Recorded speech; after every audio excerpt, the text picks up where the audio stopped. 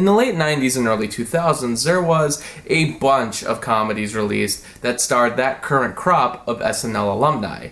And a lot of those movies kind of went for the lowest common denominator for humor, and they didn't really have much to say besides telling a few good jokes. Then came along Tommy Boy, which starred the late Chris Farley and David Spade.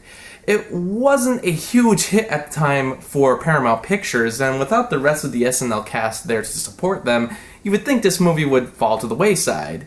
And yet, all these years later, it has a huge cult following.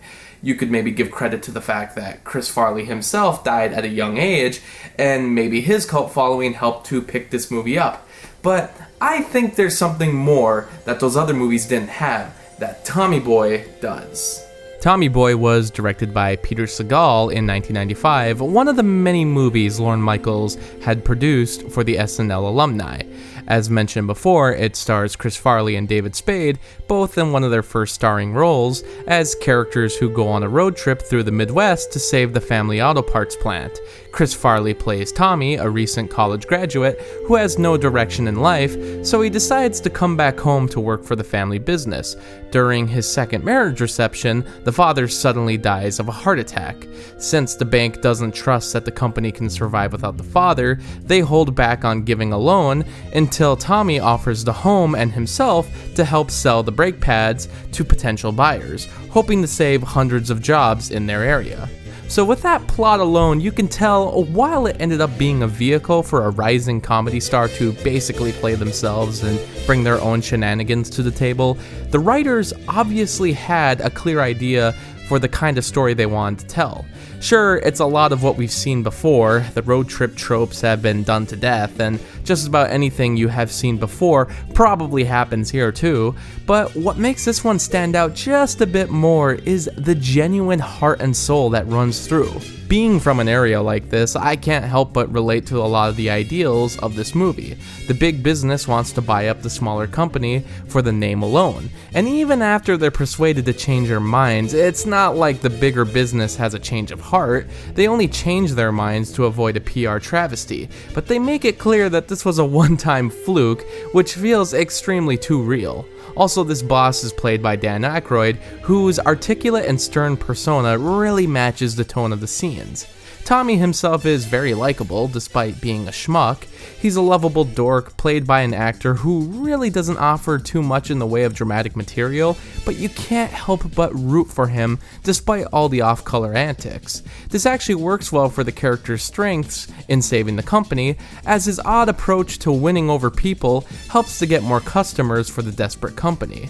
Richie plays a good counterpart, with such a dry delivery from David Spade, who works well against Tommy's more upbeat personality. In fact, I can't help but see a modern-day Abbott and Costello out of these two actors, and it really stings knowing so little material we would ever get out of the duo due to the tragic passing of Farley. These road movies are usually judged by how funny each individual scene can be.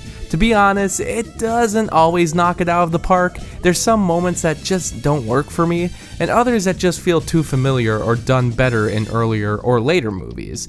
Yet, there's some moments that are so crazy and baffling that you can't help but enjoy how silly they are. Throughout the entire flick, the car is getting destroyed in various ways. Then there's a moment where they sneak onto a plane dressed as flight attendants. Towards the end, Tommy breaks into the big corporate headquarters by pretending to be a suicide bomber.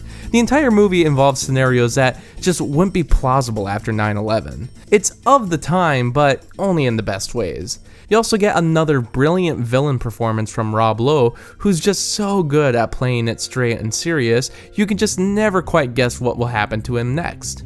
To top it all off, I think what this movie does best is when it does something different from other typical comedies. For instance, it's rare to see a character like this who's a college graduate. You could argue that this is a comment on the upper class and how they simply buy their children a degree. Or you can go further and argue that their big mansion contrasts the workforce of their company who cheers them on to success as being a bit awkward. But nevertheless, I like seeing a movie that has a college grad who doesn't really know their place in the world yet. I also like that Tommy has a good relationship with his father. There's typically so much dramatic tension built in this kind of bond in other movies that it's kind of refreshing to see something played out more simple and, in a way, unique. In fact, his father's funeral with the playing of Amazing Grace, you can't help but really believe that despite not being what you'd consider a typical auteur director, Peter Segal still knows how to build a scene. I can't help but feel that there's some beauty to this. So if you ask me, yes, The Charms of Tommy Boy won me over. It's by no means one of the all-time greatest comedies, but seeing that so many people consider this a classic must-see of the 90s, I was glad to finally give it a watch. I've seen parts of it in the past, but never truly sat down to watch it in its entirety. And for what it was, I was impressed and satisfied. And sometimes, that's all you need from a comedy.